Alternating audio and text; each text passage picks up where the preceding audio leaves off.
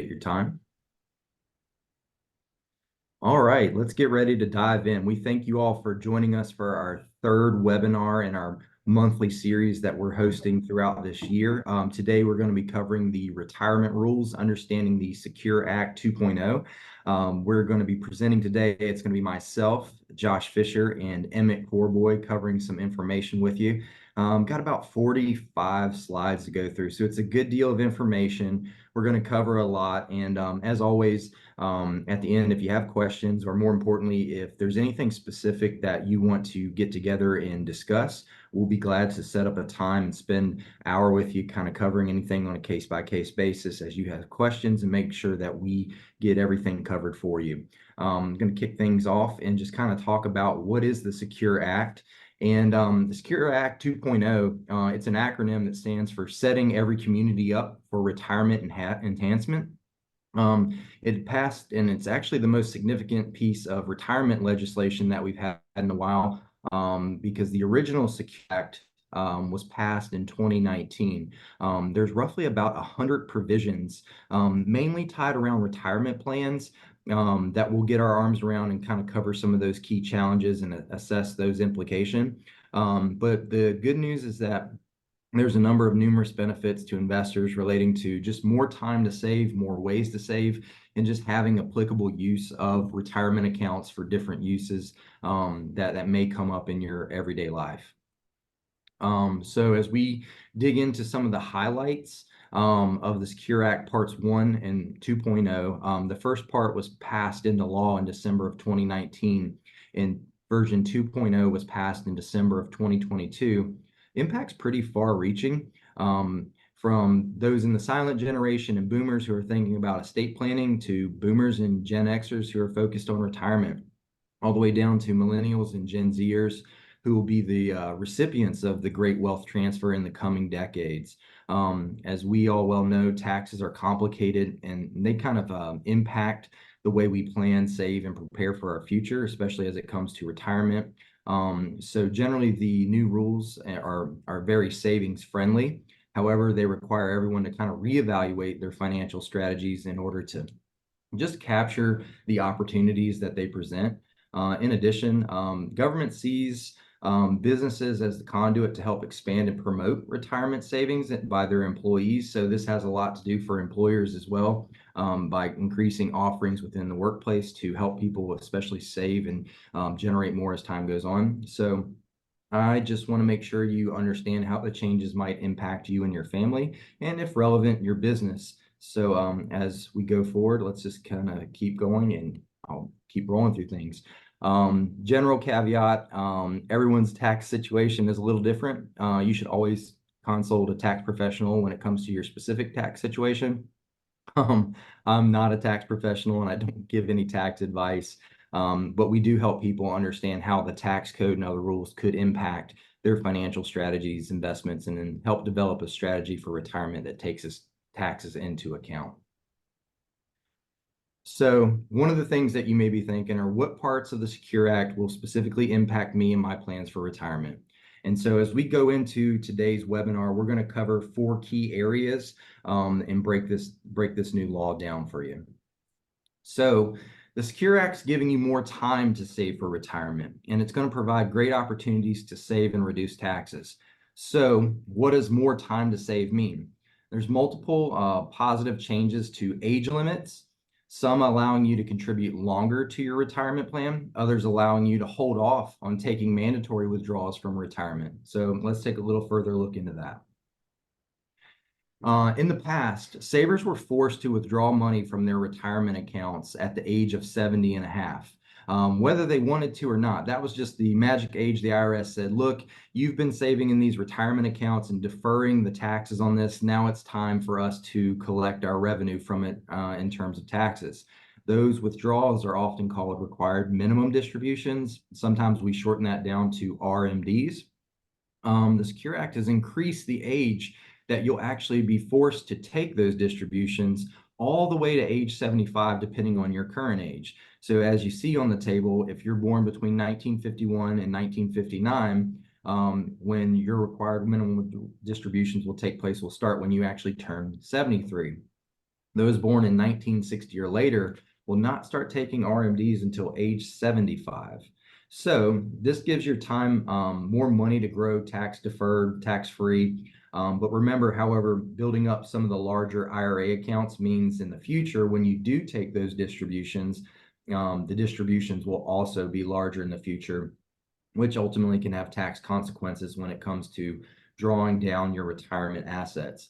So this is one of the topics we'll discuss. If you come in and we set up a meeting, we can look at, hey, what are my retirement account forecasts looking like as far as future growth, and what might I have to take out year by year when that time comes for me, just to kind of give you a cash flow view of the expected income, but also what might be the likely tax ramifications of that taking place.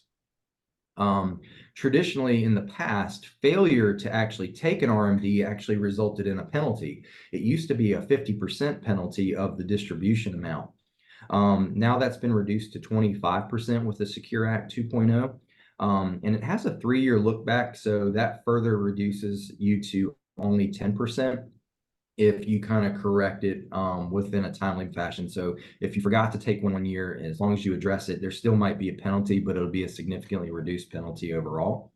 And lastly, the new law for Secure Act 2.0 eliminates the required minimum distributions for Roth related retirement accounts, especially in the workplace, whether you have a 401k, 403b, or a 457 account. So matching the rules for the general Roth IRAs, because outside of work, some folks often set up Roth IRAs, which the benefit to that was that, after 5 years, you were 59 and a half, your contributions in growth could be drawn out tax-free. There's no required minimum distribution on Roth IRAs. So they aligned the employer plans to be in line with the regular Roth IRAs. So that could be all good news for someone who has those types of accounts. So as we look at new rules for surviving spouse beneficiaries, so the primary benefit of the new rule would apply to an older surviving spouse who can now assume deferred RMD start time benefit. If they don't need the money, they can actually delay withdrawals, allowing potential for the account to grow. Another benefit would be that if RMD were to be smaller in a surviving spouse's, they can treat their account as their own, meaning basically, if you're the older spouse in a married household, if your spouse were to pass away, in most cases, what we would have done traditionally in the past would be to merge those retirement accounts so that as a surviving spouse, your spouse's retirement account could be consolidated with your own. However, that traditionally, if you were an older survivor, might mean that your RMD would be increased by the increased value of the account. In this case, what they'll allow you to do is become a beneficiary on your spouse's IRA and not actually have to take those until they would have reached that required minimum distribution age. So again, if a surviving spouse passes away before any of the RMDs begin, there's no 10-year disbursement rule, which we'll cover in a little bit more detail later. And the surviving beneficiary, in this case the spouse, could continue to stretch those RMDs out for the course of their lifetime. So with contributing to an IRA, previously they had made it so that you could only contribute into an IRA until age 70 and a half. Then you'd be forced to start withdrawing immediately. But now, because the new legislation gives those who are working longer more opportunities to continue to save, to defer money, and have the potential to create a larger nest egg, they've taken away that restriction from being able to contribute to the IRA past age 70 and a half. So for enhanced catch-up contributions for qualified plans, in 2024, catch-ups will be adjusted for inflation. And basically all the catch-up means is that after a certain age, the IRS will actually let you put more than the stated limit into certain retirement plans just to allow you to catch up for lost time. Maybe you're in a different spot where you don't have young children in the house. Maybe you've paid off some things in your later part of your career. You have more income to defer. So this is just giving you more opportunity to save and kind of build up that nest egg, as we talked about.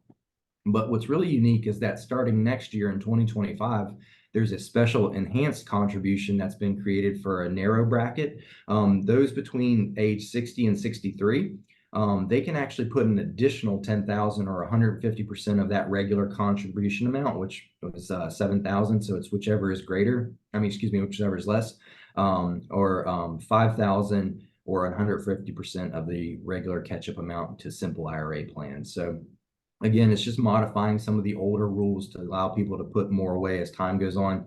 Because again, traditionally, a lot of times when you're in that season of life, you might have children who are moving away, you're losing tax deductions and things of that nature. So generally, as we push into that red zone stage of our careers, we're, the end of it, but we're entering towards retirement. We might be in a position where we need to save more, but we don't have any places where we can actually capture more deductions.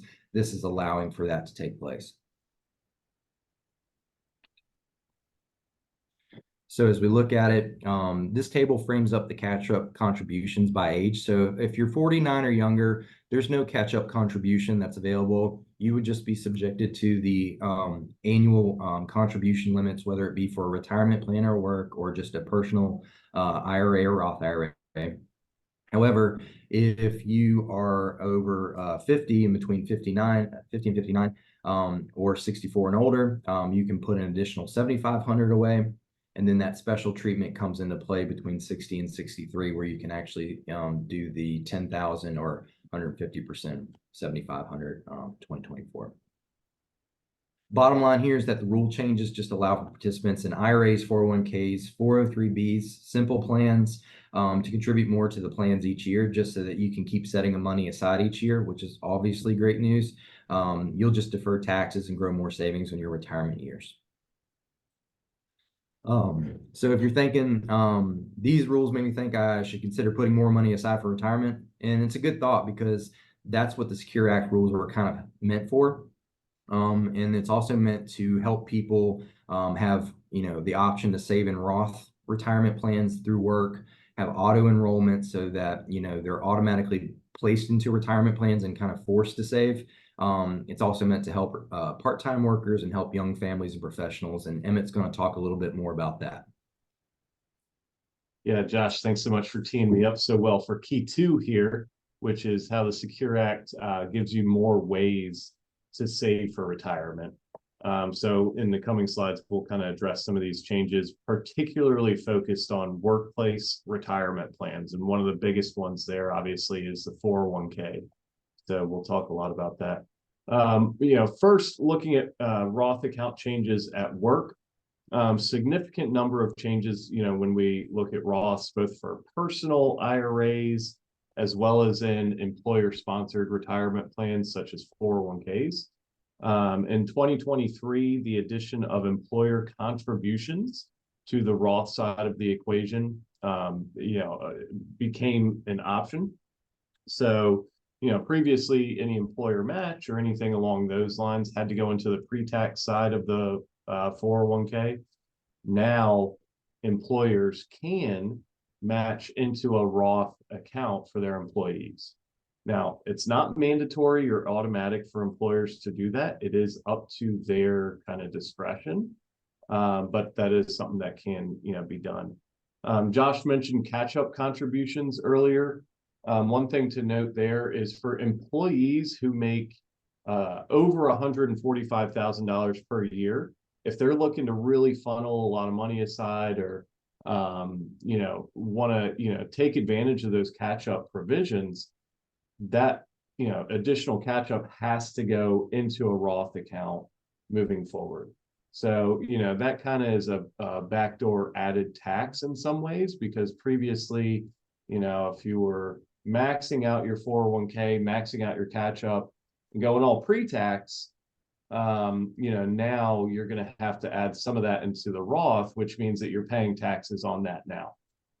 So that's something to just kind of consider.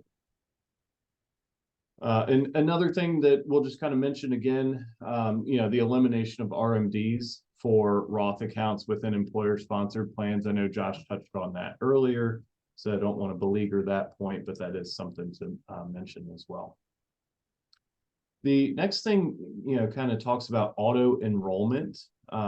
Starting next year in 2025, companies with a 401k will have to have auto enrollment on that plan. A lot of companies have started to adopt this over the last few years, where basically what that means is when they hire an employee, they bring somebody on, when they become eligible for the 401k, they're automatically enrolled, and then it's up to the employee to then opt out. Essentially, what the Secure Act is doing is saying, hey, most people take the path of least resistance, and if they might not proactively go to set up their 401k, decide how much they're contributing, look at their investment options, we're going to do that for them. And then it's their job to, if they don't want to do that, opt out of it. This actually increases participation dramatically. And so, the Secure Act is kind of encouraging people to save more and build more for their retirement, to become less dependent on things like Social Security and other government programs. So auto enrollment has been, bolstered up here. One, making it required starting 2025. Two, previously they could only put that auto enrollment deferral up to 10% of the employee's salary. Moving forward, it can go up to actually 15%, which is certainly a pretty significant amount. So if you're a business or a business owner and looking to wonder how this affects you, we can certainly kind of talk about your current plan, or if you need a plan in place, we can discuss that as well. Moving forward, when you look at kind of heading toward the years just before retirement, right? A lot of times people come to us and say, hey, I've got X amount of money in my 401k. What does that mean, right? What can I live on with that, right? You go and going from dollars on a statement to money in your pocket, sometimes there's a bridge that we need to kind of build there. And so one of the ways that we do that oftentimes is with annuities that can provide a lifetime income stream, right? Traditionally, those have not really been available in 401k plans. Now companies have more freedom to offer annuities inside of 401ks, which can allow an employee maybe heading into retirement to get a better idea of what that dollar amount, what the value on their statement, what that shows can mean in terms of a monthly income for them for life, right? So think of it like almost a turn back to the pension days of old, where if you have a pension, generally speaking, you wouldn't see a dollar value, you would see a monthly income value, right? So that's what annuities can kind of provide as well. 401k plans for small businesses. There's now the ability to offer what's called a starter 401k plan, which can be a good kind of easy way to kind of offer a benefit to attract and retain and help employees save for retirement. I will say though that it is not quite as attractive as traditional plans, because employers aren't required to match contributions, and the maximum contribution amount is actually lower, but it can be definitely a step in the right direction. So for businesses who maybe didn't know where to start or weren't sure how to get set up, this could be something. Again, if that's you, we can talk about your specific scenario and see what might work best for you as well. This is a key thing here. Oftentimes, part-time workers are kind of overlooked. And sometimes today's economy is referred to as like a gig economy, or, you hear about people who have side hustles and all of this and that, and it's not uncommon for somebody to work 2, 3, and 4 different jobs, on an ongoing basis, but not be covered under a 401k for any one of them. Now, with the Secure Act and the new legislation, employees that work over 500 hours for 3 consecutive years, they become eligible for the 401k plan. So it's kind of, rolled out to, part-time workers as well, whereas previously those workers were kind of, left by the wayside a little bit. All right, so we've talked a lot about 401ks. Other employer-sponsored retirement plans that got a major kind of adjustment are SEP IRAs and simple IRAs. SEP IRAs typically kind of land with like a lot of extremely small businesses. Maybe it's just a couple of employees, or maybe just an owner. Simple IRAs are a lot like 401ks, but for companies with 100 employees or less. Previously, all of the contributions into these plans, SEPs and Simples, had to be done on a pre-tax basis. There was no Roth option at all. Moving forward, SEPs and simple IRAs now do have the ability to be set up on a Roth basis as well. And the key thing with Roth, again, just to reiterate, taxes are paid now on the contribution. With a retirement account, we grow tax deferred, and then that money comes out tax-free as long as it's a qualified distribution, right? So this can be a great way for a lot of those, small business owners or small employers to add in that Roth benefit without giving a huge major facelift and having to go the 401k route if that wasn't what was right for them from the get-go. All right. There's also, an avenue for, employers to help build emergency savings. This can be especially beneficial maybe for new families or young professionals. We hear the statistic that, 3 out of 4 Americans, if they had to put their hands on $1,000, would be unable to do so, right? So, this can help to kind of bolster that and which hopefully can then help to alleviate the ability or the need for people to rely on credit cards and that sort of thing. But one thing that I will say with help in terms of building emergency savings, highly compensated employees are ineligible. Money has to be held in a cash or cash equivalent plan, and there has to be monthly access to funds. So it wouldn't be exactly like a savings account in that it wouldn't have necessarily like daily liquidity, but would have monthly access. And when you look at those qualified emergency withdrawals, it's capped at a $1,000 mark per year. And then that amount has to be repaid, or else the person would have to wait 3 years to take that money out again, right? So it's a good way to kind of help to build savings up a bit, though. There's also, now an avenue for employers to help pay back student loans as well. So employers can make kind of matching contributions to your 401k account or to your, retirement account that can be used to pay qualified student loan payments. One thing to note here, graduate and postdoctoral students are, they would be eligible for those IRA contributions as well.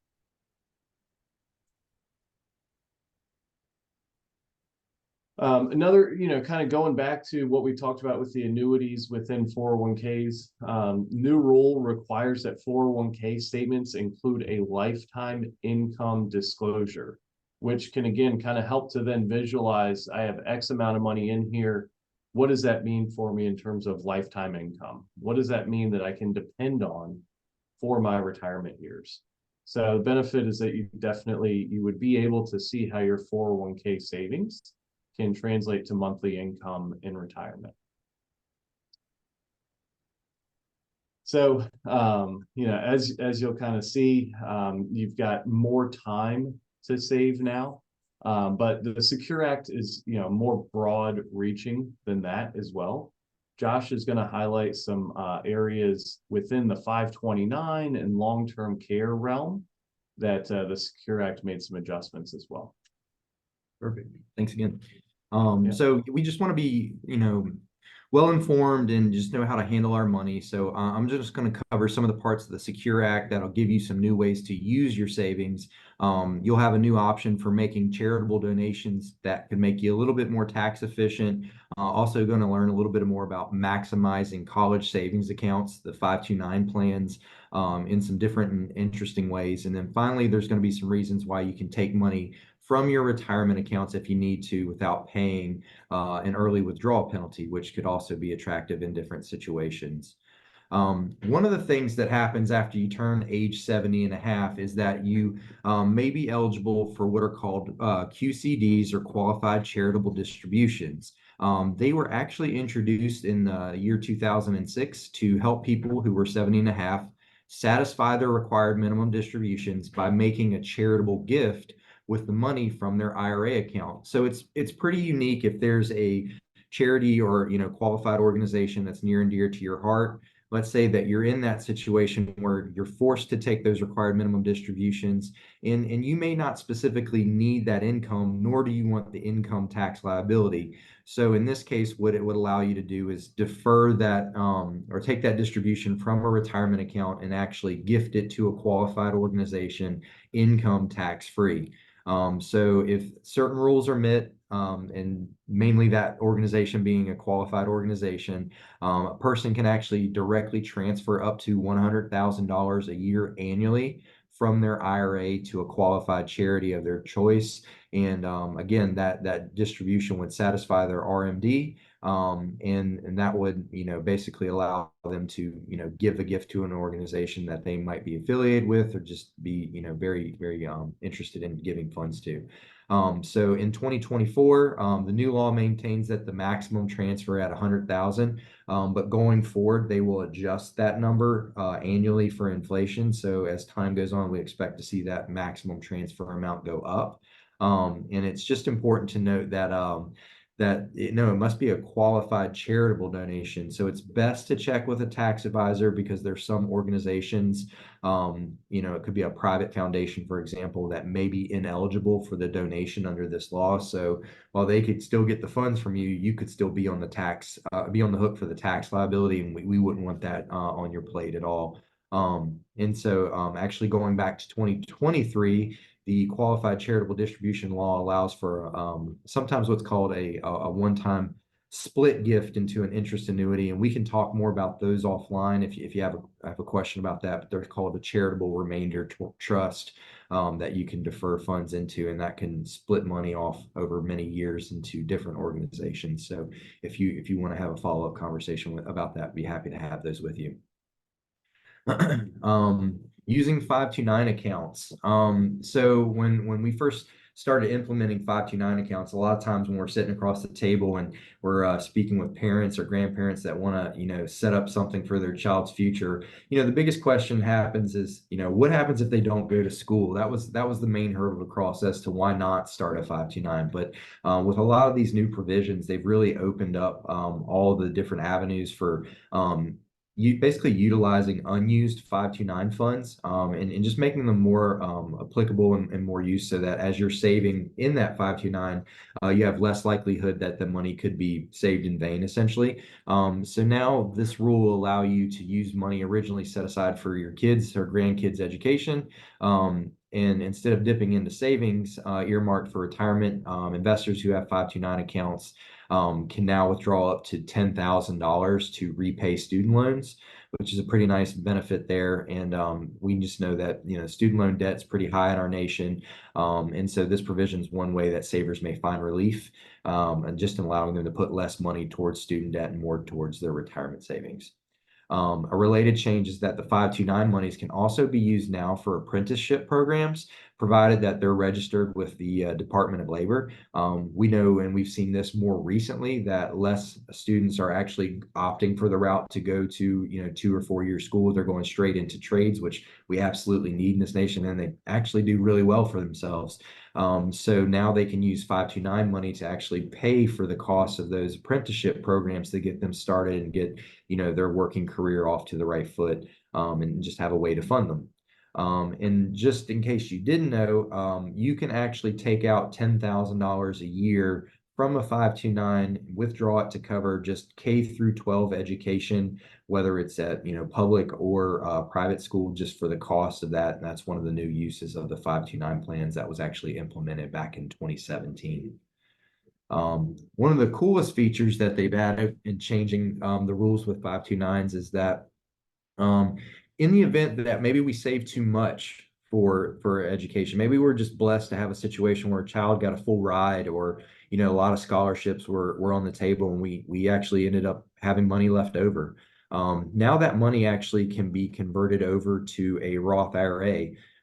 So we can further extend the use of those monies and basically use it for their future, but in their retirement future rather than their educational future. So excess funds can be rolled directly over into a Roth IRA. The beneficiary, in most cases, in this case, the child, they have to have earned income. So they've got to be working and earning money through a W-2 or 1099 contract work. And as with other rollovers, this isn't taxed. So the money continues to enjoy the same benefit that it had when it was in the 529. From a taxable standpoint, 529 is basically just an educational Roth IRA, if we were to kind of look at them side by side. So this kind of parallels really nicely with that. And so beginning this tax year, you can actually roll over up to 35,000 total for a lifetime from a child's 529 plan into a Roth IRA, which obviously would give them a great, start. It's giving them a great start for their education, and this will continue to give them a great start for the rest of their future. And so the annual transfers they're subjected to is they can't dump in 35,000. So even if it was left over in a 529, we'd have to basically just look at the annual IRS limits on what can be contributed. So for this year, it would be 7,000.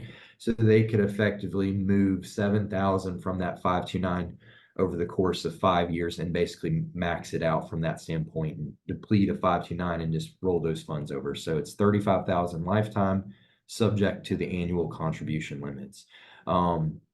There's no income limits that the participants are subjected to, so they could really take advantage of this. Whereas, like traditionally, when we look at our taxes each year, we are subject to income limitations when it comes to contributing to Roth IRAs ourselves. So this would be not subjected to that at all, and they would still be able to funnel money into a Roth irrespective of what their income is. So that's another nice feature. Couple of the caveats, they always kind of make it a little quirky, just to say, hey, does the shoe fit? Can we do this?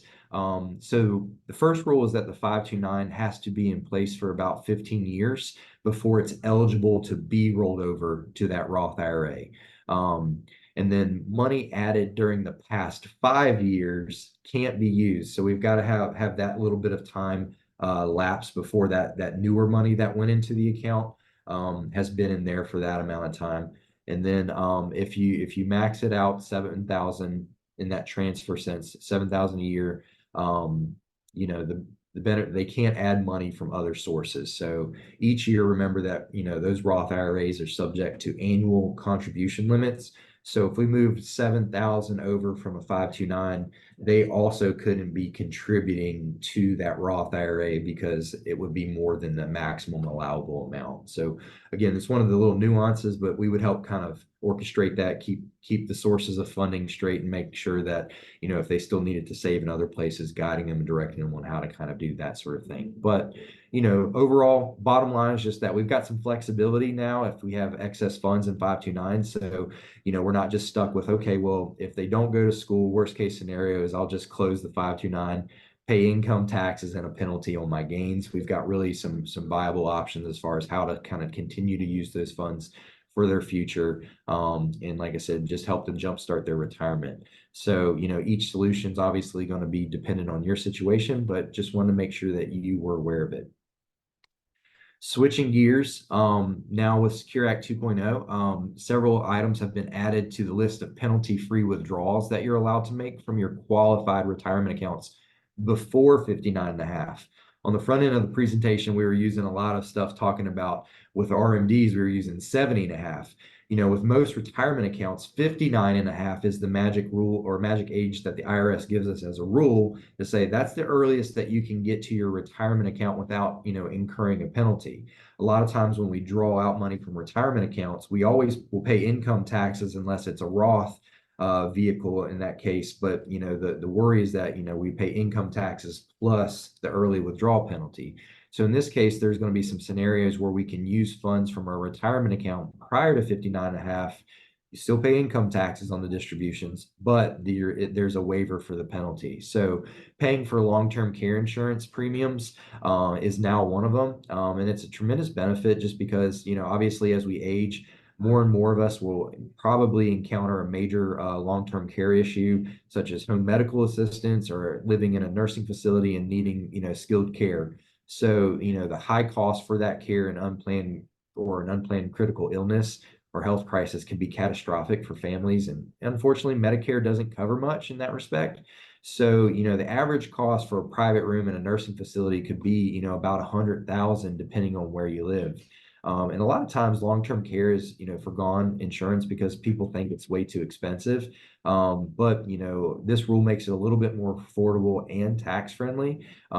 Still seeking some clarity overall. The IRS is a little bit, I would say, gray in terms of defining, what is actually the type of qualifying care, and they define it as high quality long-term care insurance.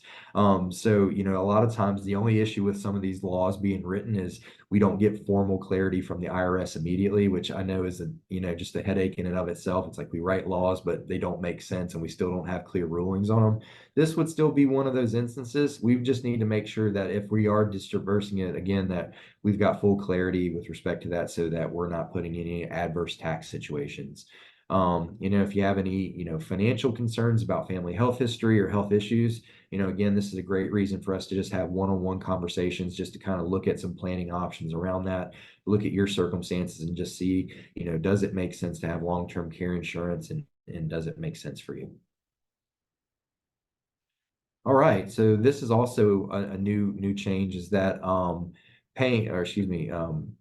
outside of paying for long-term care, we mentioned that, with under the new laws, new parents can withdraw up to, 5,000 from retirement accounts for the qualified birth or adoption expenses without having a 10% withdrawal penalty. It's astronomical. Just had a baby girl back in May. It's always crazy what, negotiated insurance costs ends up looking like when you see the hospital stay for a couple days to have a child. And, in that sense, and Emmett mentioned this earlier, it's just having access to funds for those types of expenses when they fall in your lap and just having an ability to do it.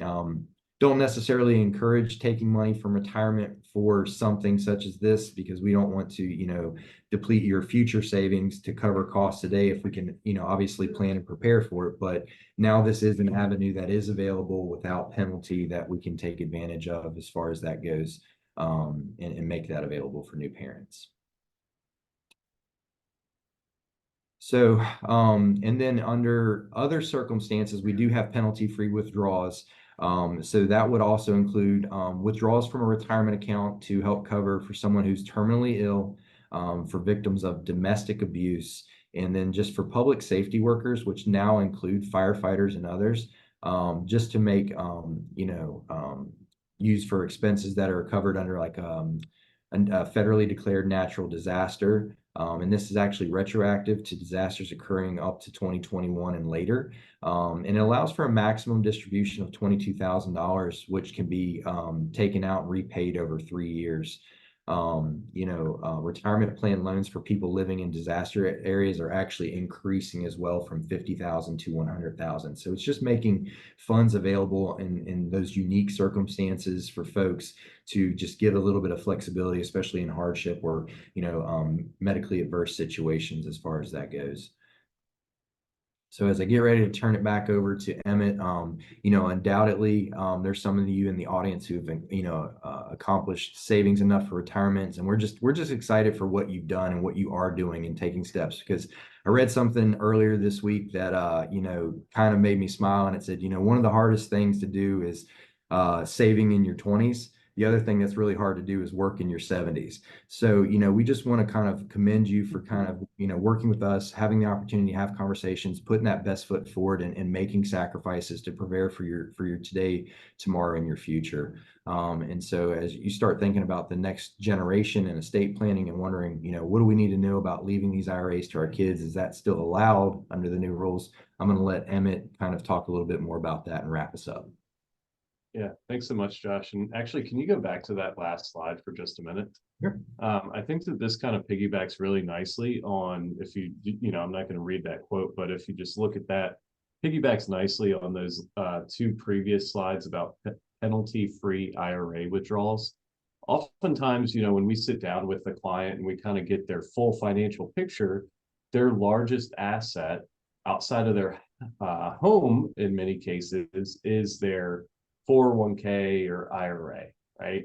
And oftentimes it's because, they either feel or they truly are unable to access that money, right? So while it can be good and it can be a benefit where if you don't have any other savings outside of that, that the Secure Act is now allowing you to access money for, new parents, as well as for some of the other circumstances that Josh covered. By no means do you want to use that as an excuse to not build your non-retirement savings.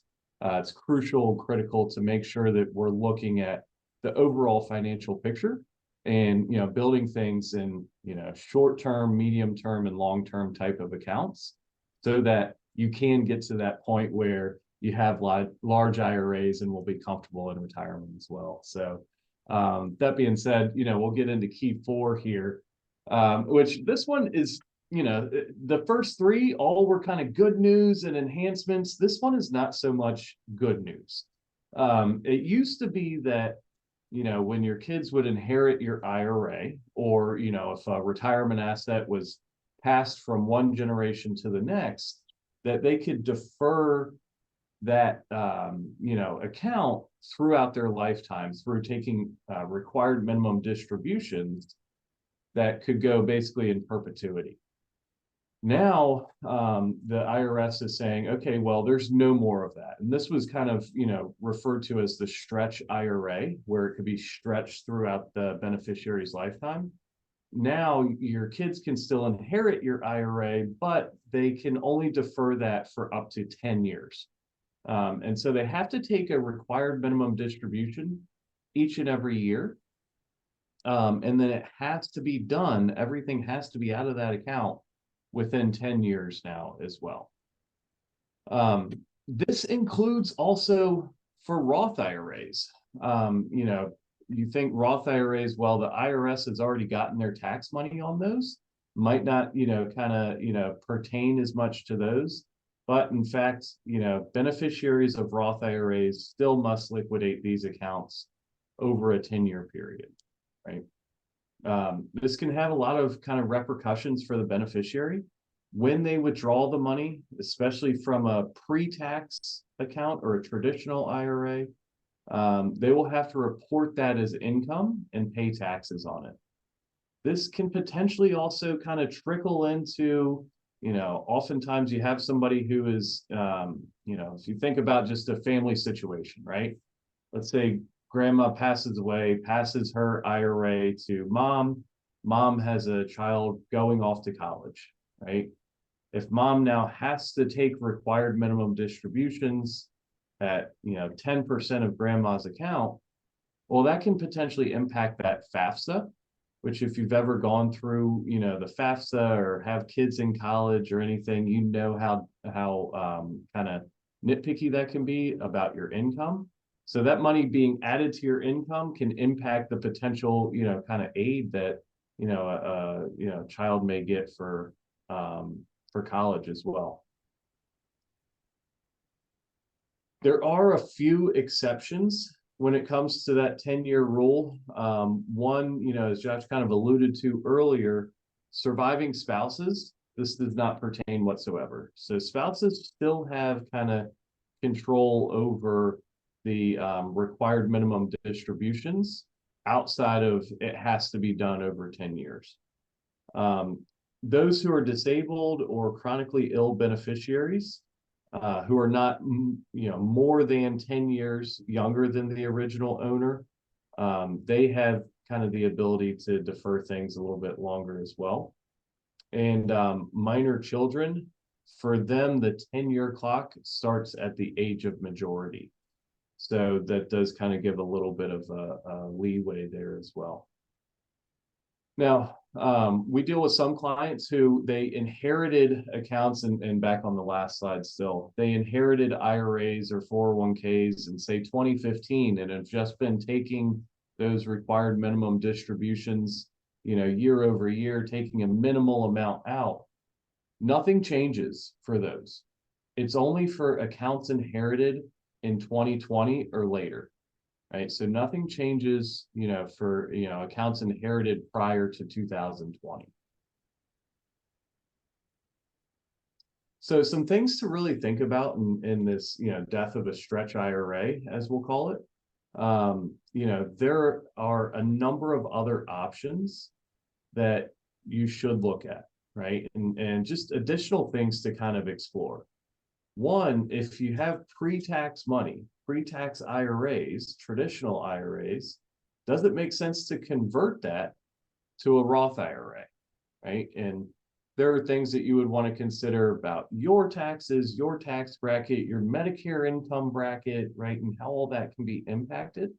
Because if you have too much income, then it can make your Medicare premiums higher as well. But, that could allow your beneficiaries to pull that money out tax-free, right? So that's a potential option. Another thing is to develop a distribution strategy for your retirement accounts. This, to me, can touch on a lot of what we've kind of gone over today. When you look at those required minimum distribution ages, right? When you look at the ability to pull money out, without a 10% penalty for long-term care insurance. When you look at how beneficiaries can kind of be walloped with taxes, right? Potentially, you may want to start to withdraw piece by piece, and whether it's spend it yourself or utilize for a qualified charitable distribution, if that may apply, or utilize in a way that you can create and enhance your legacy for your children as well. Those are some things to kind of review. Key thing, manage your tax bracket. You want to make sure that you're not throwing things completely out of whack, just to achieve some of these other strategies. It's always important to review beneficiaries, including trusts. Sometimes when you have a trust, kind of reviewed by an attorney, a couple of changes are made and some of the wording changes, and you need to update that wording on your beneficiary documents as well. And then, in light of this, it's important to create an estate plan that really just makes the most sense for all parties involved. Most importantly, it's your money, but also, you got everybody else to kind of factor in there as well, right? And we're here to help you with that, help you alongside of that as well. So you might say, all right, there's a lot of new, kind of retirement rules out there, right? A lot of new things to think about. What are my next steps? What do I do? In summary, the key thing I would say is, it's important to take some time, sit down, review all of this in light of your own personal situation, right? Touching back on these 4 keys, one, the Secure Act allows you more time to save for retirement. 2, the Secure Act allows you more ways to save for retirement. It also gives you new ways to use your money. And then lastly, your kids can still inherit your IRA, but they can't use it as, in the same way that they could have, before as well. So with all of these kind of keys in place, I think that this, in light of everything here, it gives us a perfect time, a perfect opportunity to really, get started with a retirement strategy review. These changes that we've discussed are sweeping, widespread, mostly positive. And that's why there was, one thing we failed to touch on at the beginning. This had huge bipartisan support, both in the House and in the Senate. So it's like one of the only things that Congress can agree on is the fact that Americans aren't quite saving enough for retirement. This has been mostly positive, but there are some, kind of nuances to it as well. And because every situation is different, it's important to engage with, with us as your financial advisors, with your tax advisor as well. We're happy to do that alongside of you and alongside of your tax advisor as well, if that makes sense. Reach out to us and let us know. We're here to help. That being said, do we have any questions that have floated into the Q&A box at all? Josh, have you seen any? I've not kept an eye on that.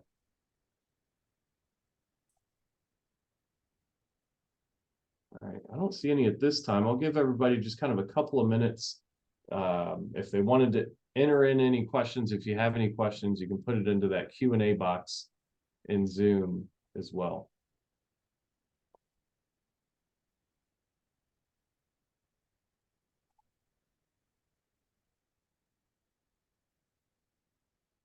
Last minute things to touch on or additional notes at all?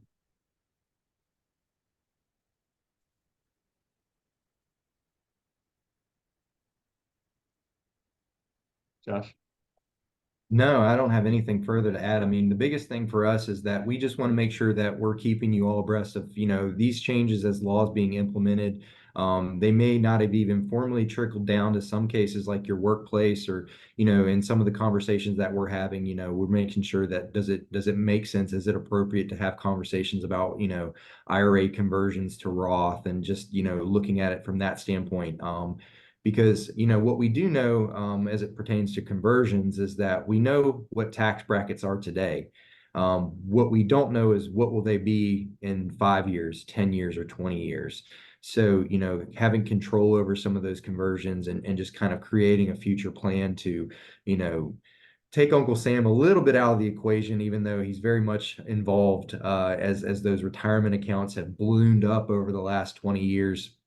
You've done very, very well on paper with the bull run of the markets that we've seen, especially since 2008. The only bad part about it is we've created a bigger long-term IOU to the government as those accounts grow. So we just want to try and have just some conversations and strategies to the best of our ability to kind of diffuse some of that so that you're keeping more of what you saved and making it work more efficiently for you. Awesome. Well, yeah, thank you all so much for joining us this afternoon. Like I said, if you have any personal questions, we'd be happy to sit down and talk with you. Last thing that I'll mention, Tuesday, April 23rd, 1 o'clock is our next installment of our monthly webinar series. Our next topic will be savvy Social Security planning, which is always one of the most popular topics that we get questions on. So spread the word, tell your friends, tell your family. Feel free to pass this info out to them as well. And as always, we are delighted and honored to be your trusted advisors. Thank you so much. Thank you.